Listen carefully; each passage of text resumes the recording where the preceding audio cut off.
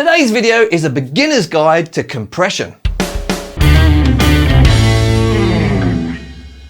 Hi folks, I'm Mike and I hope you're well. Today we're going to be discussing the C word, confusing, confounding, compression. Yes, I'll be hoping to demystify compression for you so that you can get on with using it in your projects. I'll be using as simple language as possible to explain the basic controls and the basic concepts so that you can understand this really important kind of plugin. Now, I do recommend that you watch the whole video because each component is important for your complete understanding. With all of that said, if you like this kind of content, all about home recording, DAWs, plugin reviews, gear reviews, that kind of thing, then please do subscribe and ring the bell on YouTube so that you get to hear about my future videos. Now let's get on with learning about compression. Now, before we delve into how to use a compressor, I just want to quickly take a look at the different types of compressors that we normally have available in today's DAWs. Now, the first type are the ones that you can see on the screen here, and they are normally based upon old hardware, normally vintage hardware, but they could be current hardware. And as such, the interface mimics the hardware in terms of the knobs are in similar places and they work in similar ways. They don't normally have any kind of graphic interface to show you what they're doing. Normally, the display you get is in terms of the meters like the ones that you can see here. Now, the second main type of compressor looks something like this. These come from some pretty popular DAWs, and you may well have one of these with your DAW. Now, they're a little different and they tend to have a graphic display on them as kind of a graph at some point in them, which shows both what's going on with the audio and also what's going on with the settings and how those settings might be affecting the audio. And it's that type of compressor that we're going to be using today to learn about compressors. Not only that, but I'm going to be using a specific compressor that we can all get hold of because it's free, and that is Semantic Audio's compressor here. I will put a link in the description. If you download it, you can follow along with me. So I'd like to start off by asking you to think of a compressor as a kind of a volume control, a bit like the fader on this fader port here. Now, when things get too loud, we use the fader to turn them down. And when they restore back to normal again, we restore the fader back to normal again. This is exactly what a compressor does, except it can respond automatically and very, very quickly to events happening in the audio. For you to respond that quickly, you'd have to have very fast fingers indeed. Now, in order for the compressor to know how to respond, we're going to have to give it some information and a set of instructions. The first piece of information we're going to have to give it is what level do we start to turn down the volume? And in the world of compressors, that level is called the threshold. So here I have my compressor loaded up and I have it set to its default settings. I haven't changed anything at all, and I've applied it to a very repetitive kick drum. Have a listen. Now you'll see there on the display that the kick drum is reaching around about minus 12 dB at its peak. So I'm going to lower the threshold down to minus 12. Now, of course, at this point, it's really making no difference because we aren't even reaching the threshold. As I lower it even further and you look at the display, you'll start to see that that peak decreases.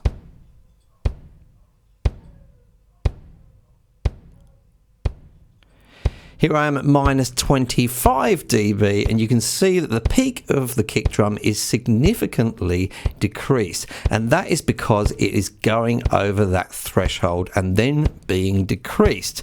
Now, where you set the threshold completely depends upon the signal that you're trying to compress, and it's for this reason that presets on compressors are not that useful. They're kind of okay as a starting point, but you at least have to adjust the threshold on them to the signal that you currently are using. Okay, so you've used a threshold to tell the compressor at what point to turn things down. Now you're going to have to tell it how much to turn things down. Do you just want to turn the loud parts down just a little so they're still loud but not quite as loud? Or do you really want to squash those loud parts? Or maybe something in between? One way or another, you're going to have to tell the compressor how much. And we do that with what's called a ratio. Back in our example, below the ratio control, we can see some numbers separated by a colon. In this case, we see 2.0:1. Now, this is described as a ratio of 2 to 1. What this means is that for every 2 decibels that goes above the threshold, we only output 1, in effect, halving any of the signal above the threshold. Now, if we change the ratio and increase it up to something like, I'll put it up to 4. Okay, so this is a 4 to 1 ratio. That means for every 4 decibels that goes above the threshold, we only output 1. In effect, a quarter of the signal above the threshold. So the more we push this ratio up, the more of the signal gets compressed. Now we're going to play the kick drum again, and I'm going to start off with the lowest ratio here, which is 1 to 1.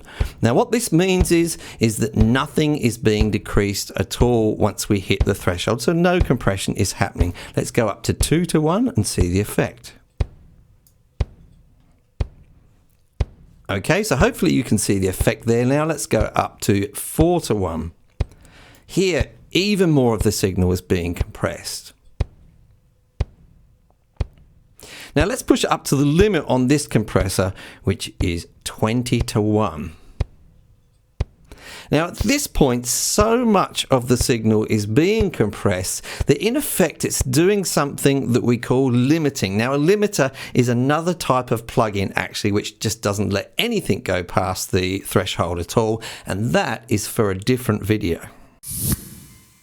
Okay, so you've used threshold to tell the compressor when to turn things down, and you use ratio to tell it how much to turn things down. The next thing you want to tell the compressor is how quickly to turn things down once it reaches that threshold. Now, we use something called a tack to do this. A fast attack would be something like, oh my God, things are too loud, turn them down. And a slow attack would be more like, yeah, I guess things are too loud now, we should turn them down. Now, in order to understand the significance of the attack control, we first have to talk about something called transients. Okay, so here we are looking at the waveform of our kick drum. Now it lasts about a second or so, and as you can see right at the beginning here, it's much louder than it is for the rest of the tail of the waveform there. Just this first part here where it's much louder is the part which we call the transient. It's the initial impact of the sound before it begins to decay. Now it's the attack on our compressor which is actually going to affect the transient more than anything else. Now, with a very small attack value, which I'll put here, that means the compressor kicks in very quickly. So it's really going to quickly squash that transient. But with a slow attack, it may completely miss that transient, allowing it to pump through so you get the initial impact, but compress the rest of the signal. So how quickly you set the attack really does depend on what you are compressing. So what I'm going to do now is actually play the kick drum again, and I'm going to start off with a very slow attack and bring it down gradually so that you can hear the effect it's having, especially on the transient.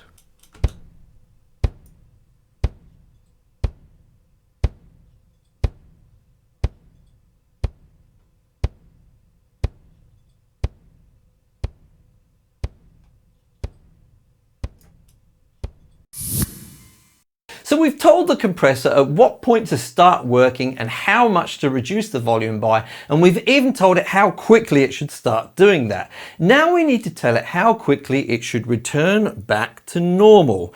Now this element of the timing is called the release. So in our kick drum example, it's the tail end of the kick drum which will be affected by the release time. Let's have a quick listen to that kick drum, and if you listen very carefully, you can hear what I'll call a low frequency ring to the drum.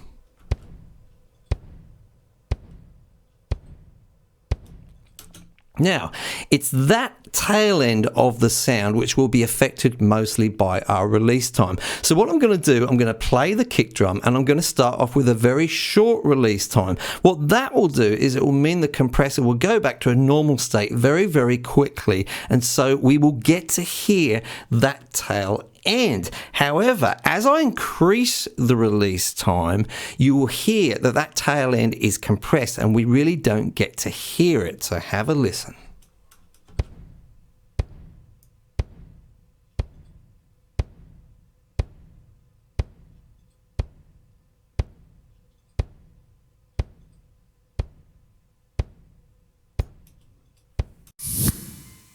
So you may well have heard of people using compressors to make things louder. So what's all this talk about turning things down, I hear you say? Well, this is where we're going to talk about something called makeup gain. Now on some compressors it's just called gain, or maybe output or output level. It's all the same thing. Now unfortunately, this is where I'm going to have to drop the analogy of the fader.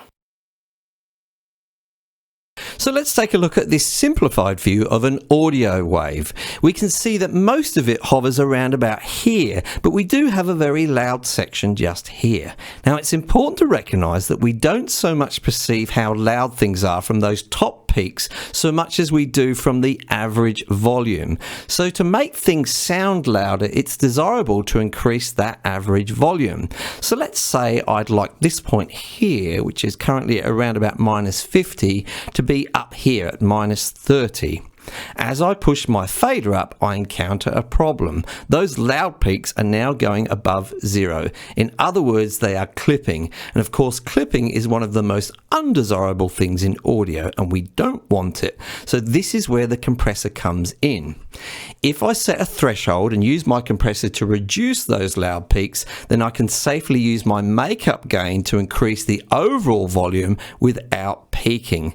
Now that I have increased the average volume, the perceived volume will be louder. So hopefully you understand the basic controls of a compressor enough to start experimenting for yourself. Now the key to experimenting is to do it with some purpose. Before you set out, ask yourself some basic questions about how you want to change the sound.